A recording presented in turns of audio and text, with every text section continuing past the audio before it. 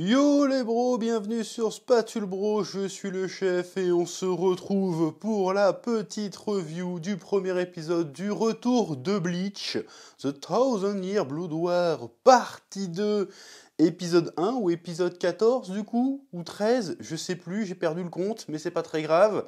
On va en parler de ce retour d'ailleurs qui fait plaisir parce qu'il est enfin cette fois-ci en vrai simulcast sur Disney+, après le fiasco de la première partie. Là, je suis content de pouvoir le retrouver dans de bonnes conditions. Merci Disney+, d'avoir rectifié le tir. Ça fait plaisir. Avant de commencer la review, je rappelle, Arena tome 3 disponible en librairie. Et j'en profite aussi pour signaler que je serai cette semaine à Japan Expo durant les 4 jours pour des dédicaces sur le stand de Vega Dupuis. Je vous invite à suivre les différents réseaux sociaux, notamment Instagram et l'onglet communauté YouTube où je partagerai les horaires de dédicaces. Si vous voulez venir faire dédicacer vos tomes ou en acheter sur place, ce sera disponible aussi, bien évidemment. Hâte de vous retrouver. Place à la review. Oui. Bon, alors cet épisode de Bleach s'intitulait The Nine Last Day, les 9 derniers jours, basé sur la comptine Quincy, sur le roi qui, son cœur se remettra à battre au bout de 900 ans.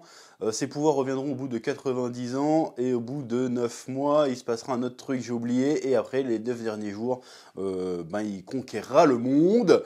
Alors, est-ce que ça veut dire que le dernier arc de Bleach se passe sous 9 jours? Non, il se passe sur beaucoup moins. Alors, il paraît très très long, mais en fait, il est très très court. D'ailleurs, je tiens à signaler que je l'ai relu, là. J'ai fini le tome 74 hier.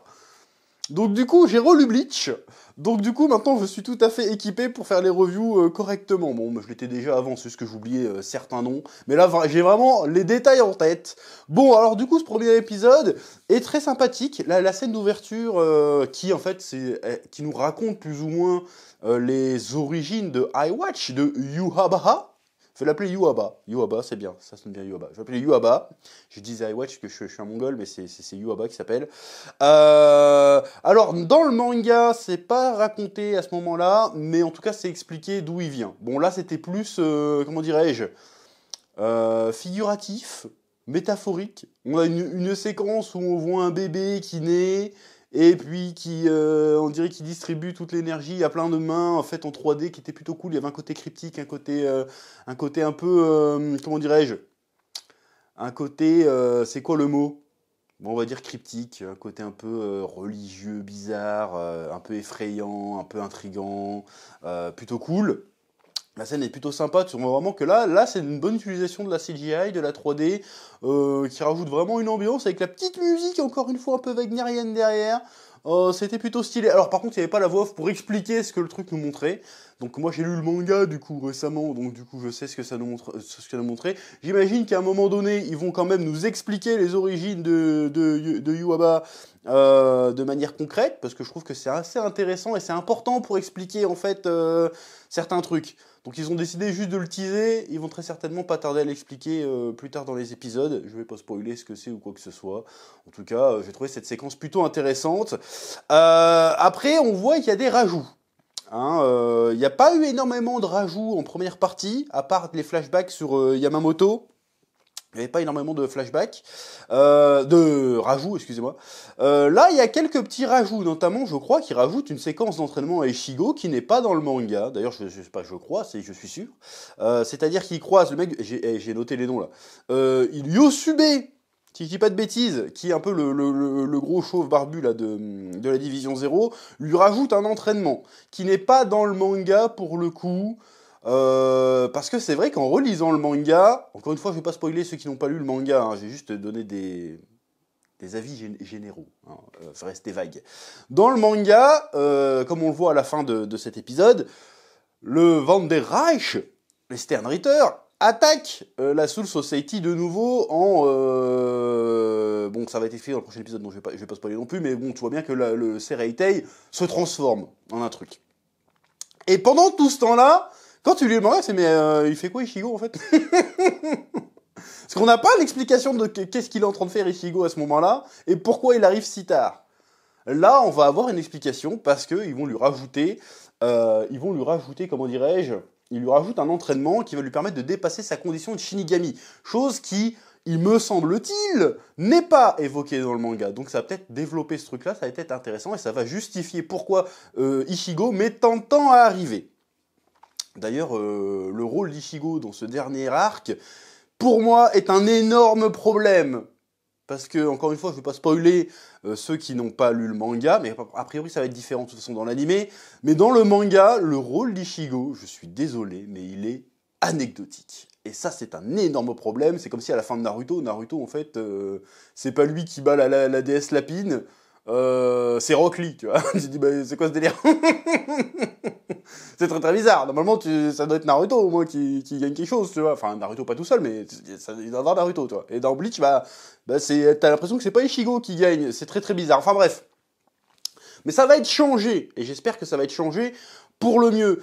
Autre changement que j'ai remarqué, c'est la scène entre Yhwach et Ishida. Ishida donc rejoint les Quincy, les Sternritter, et est nommé directement héritier de Yhwach. Et donc tout le monde est en train de gueuler, les Sternritter sont là, mais attends, mais pourquoi c'est lui le machin, on le connaît pas, d'où il sort ce bâtard et tout. D'ailleurs dans la scène, il montre les Schutzstaffel. J'ai envie de dire, mais pourquoi vous les montrez maintenant, les Schutzstaffel? On est censé les découvrir plus tard. Bon, j'imagine que si, encore une fois, si t'as pas lu le manga, t'as juste capté qu'il y avait des personnages qu'on n'avait jamais vus. Mais bon, je me dis, bah pourquoi vous les mettez là en fait? Mettez-les plus tard, pourquoi vous faites chier à les montrer maintenant? Parce que dans le manga, ils apparaissent plus tard, et du coup, t'as la surprise, là, tu sais qu'ils sont là. À part Nak Levar, qu'on voit vite fait quand Basby et Ashvald se fritent, tu les vois pas les autres. Et là, tu les vois, tu vois, t'as moins la surprise du coup. Enfin bref. Donc, la scène de dialogue entre Yhwach et Ishida est assez différente du manga. Parce que dans le manga, c'est beaucoup moins mystérieux, c'est très très clair. En gros, la résultante de ce dialogue, c'est Ishida, de toute façon, t'es dans la merde, t'es obligé de nous rejoindre.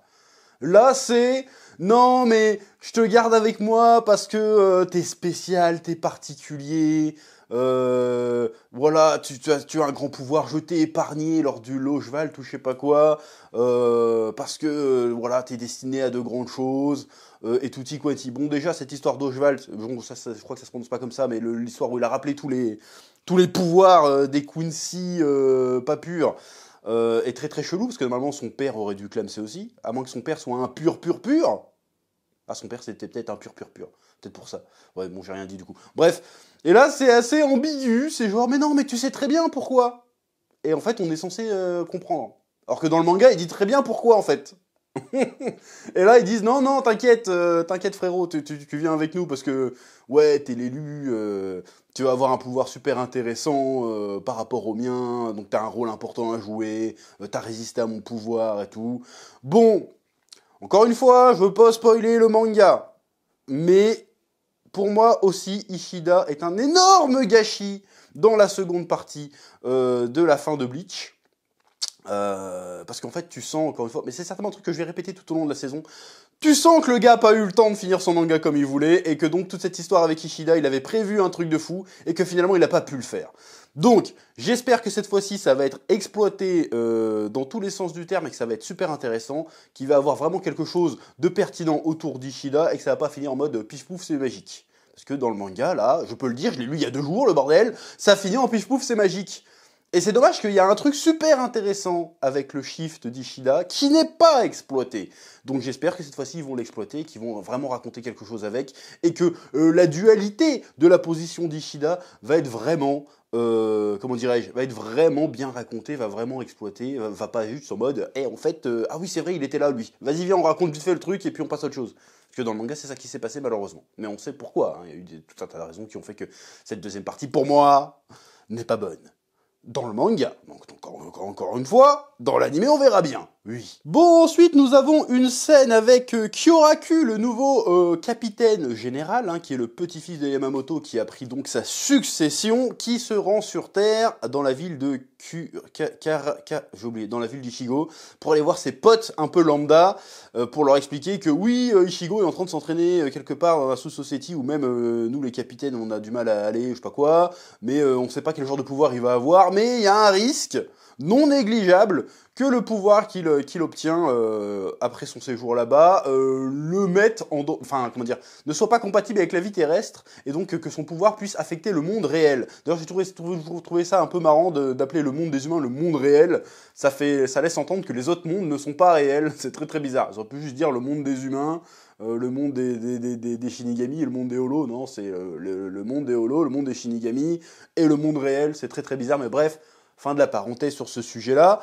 Et il lui dit oui, alors Ichigo va avoir un pouvoir qui va dépasser l'entendement et puis qui va peut-être, comment dirais-je, mettre en danger le monde réel s'il revient dans le monde réel. Bon, moi quand j'entends ça à la base, tu n'as pas toutes les informations de l'arc, tu fais waouh, il va avoir vraiment un pouvoir méga stylé.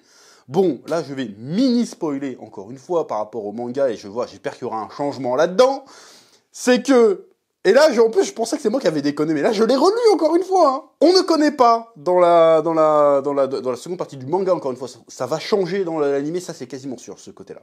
On ne connaît pas le pouvoir du Bankai d'Ichigo dans le dernier arc de Bleach. C'est un énorme problème. C'est un gigantesque problème. Le nouveau Bankai d'Ichigo, on ne sait pas à quoi il sert. Donc, le gars notice, il va avoir un pouvoir qui va très certainement, qui a une chance de mettre en danger le monde réel.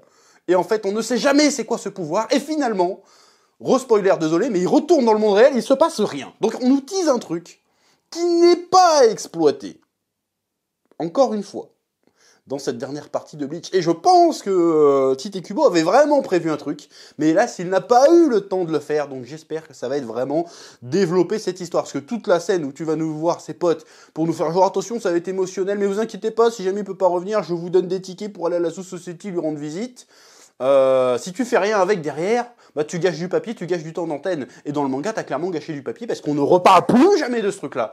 Dans le manga, et ça c'est un problème. Donc j'espère que ça va être exploité aussi. Oui, parce que nous montrer des nouveaux Bankai et machin, ok c'est très bien, mais moi je veux que cette adaptation répare les faiblesses du manga.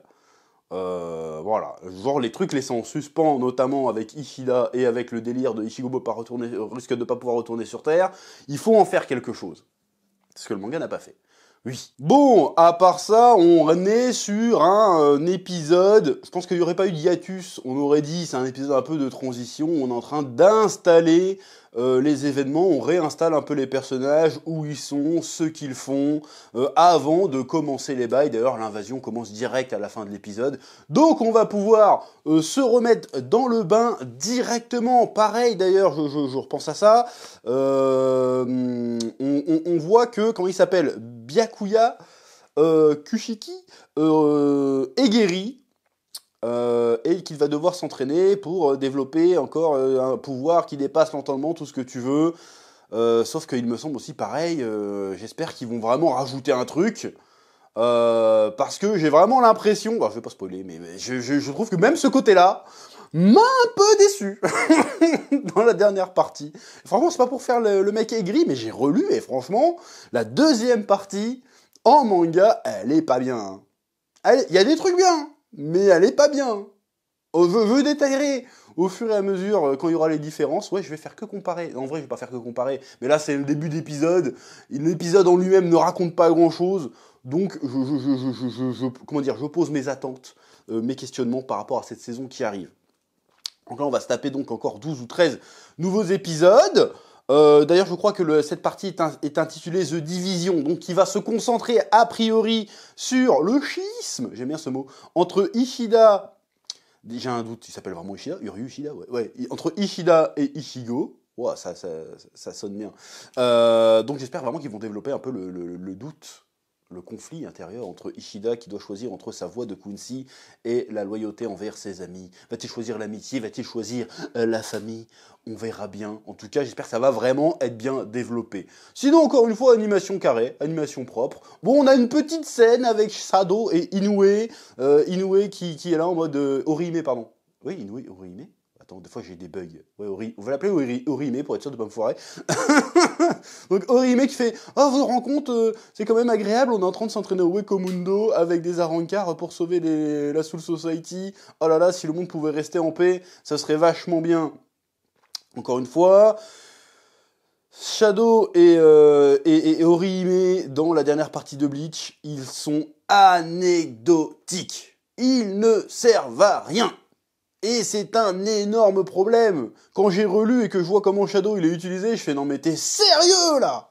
C'est sérieux Tite Kubo là? T'es sérieux? Et Inoue pareil. À part sa nouveau design qui laisse montrer ses gros roploplos, elle sert à que dalle. Elle sert à que dalle. Donc là, donne-leur des vrais rôles, donne-leur des vrais combats, donne-leur des vrais moments de bravoure, parce qu'ils ne servent à rien dans le manga. Donc j'espère vraiment que ça va être mieux exploité, parce que oui, là, Tite Kubo nous a vendu, on va aller voir des bankai jamais vus. On s'en bat les couilles de voir des bankai de mecs random. En réalité, c'est même ça qui, c'est un énorme aussi problème dans la dernière partie de Bleach, c'est que tu sens que le gars, il lui reste, t'as 3 tomes pour finir ton histoire, ok, je balance tous les bankai de tout le monde, sauf des mecs OSEF, sauf que là, il va nous montrer aussi les bankai de mecs OSEF, tu vois. Non, c'est pas le plus important, c'est de rattraper les bêtises du manga. Genre, Sado et Inoue, j'ai peur c'est Inoue, Orihime, Inoue, Orihime, faut qu'il se passe quelque chose. Il faut qu'il se passe quelque chose avec ces personnages, c'est pas possible. Parce que là, ils ne servent à rien. D'ailleurs, pareil, hein, même Rukia et tout, concentre-toi plus sur eux, en fait. C'est comme si tu finissais Saint Seiya, parce que c'est un arc à la Saint Seiya, mais en fait, c'est pas les 4 ou 5 chevaliers légendaires qui gagnent, on s'emmerde avec Jabu et le mec de l'ours, quoi. On s'en fout de ces mecs-là, en fait. Raconte-nous. Je veux voir plus de Rukia. Je veux voir plus de... Comment il s'appelle? J'ai un problème. Comment il s'appelle le gars aux cheveux rouges? J'ai oublié son nom je l'avais il y a 2 secondes, je l'ai oublié. Je veux voir Renji à Barail. Je veux voir plus de lui. Je veux voir plus de Byakuya Kushiki. Je veux voir plus de Sado et d'Inoue. Et du Shida. Tous les autres, je m'en bats les steaks, en réalité. Donc on va voir comment ils vont rattraper tout ce bordel. J'espère vraiment de tout cœur que je vais pas être salé à chaque épisode. J'espère vraiment, parce qu'il y a un combat que je redoute. En fait, il y en a plusieurs, mais il y a un combat que je redoute, qui est dans le manga, est interminable. D'ailleurs même, je reparle, je suis désolé, je suis chiant, je parle que du manga. Mais il faut qu'on parle de la fin du manga. Hein. La fin du manga, les derniers combats ne sont pas terminés. Hein. Les derniers combats sont finis en 2 coups de cuillère à peau parce que, zut, il me reste 30 pages. Vas-y, en fait, les combats s'arrêtent parce que voilà, je veux pas spoiler, mais non, tu peux pas faire ça. Tu peux pas faire ça, je suis désolé. Bref. J'espère, pour l'instant l'épisode était très bien, la réalisation très bien, la musique très bien. J'espère que ça va continuer sur cette lancée. J'ai franchement hâte de voir les changements qui vont être apportés. J'espère qu'ils vont être pertinents. Et j'espère encore une fois, surtout pour me répéter une dernière fois, que ça va réparer les bêtises, les erreurs qui sont très certainement involontaires de la part de Tite Kubo, mais qu'on a dans ce dernier arc. Voilà. J'espère que ça va le réparer et que je vais te revenir là dans je sais plus combien d'épisodes il va y avoir, et en te disant... Pardon d'avoir douté, c'était incroyable. C'est tout ce que je veux. Il va y avoir des scènes badass en animation et tout qui vont être incroyables. Il va y avoir des bankai, on va décoller de notre siège. Mais ça, c'est un détail, c'est accessoire, c'est un bonus. Le plus important, c'est l'histoire, comment elle se déroule, comment elle est racontée et qu'est-ce qu'elle raconte. Et dans le manga, je suis désolé, c'est pas bien. Je veux dire, pour moi, c'est pas bon. Donc, j'espère que ça va réparer tout ça et que je vais kiffer et qu'on pourra repartir, que Bleach sortira par la grande porte, parce que c'est un peu le drame de Bleach, c'est que c'est sorti par la petite porte, alors que ça aurait dû finir en fanfare. Voilà, j'espère qu'on va offrir enfin la fin digne du manga qu'on attendait tous. Bref, c'est à peu près tout ce que j'avais à dire sur l'épisode de cette semaine. Je vous dis à très bientôt, la semaine prochaine, oui, je devrais être là la semaine prochaine, il n'y a pas de problème. Je vous dis à très bientôt pour les prochaines reviews. Je vous laisse le soin de mettre un petit pouce bleu, de me dire en commentaire ce que vous avez pensé de cette review, ce que vous avez pensé de cet épisode, et que la passion vous guide. À bientôt. Oui.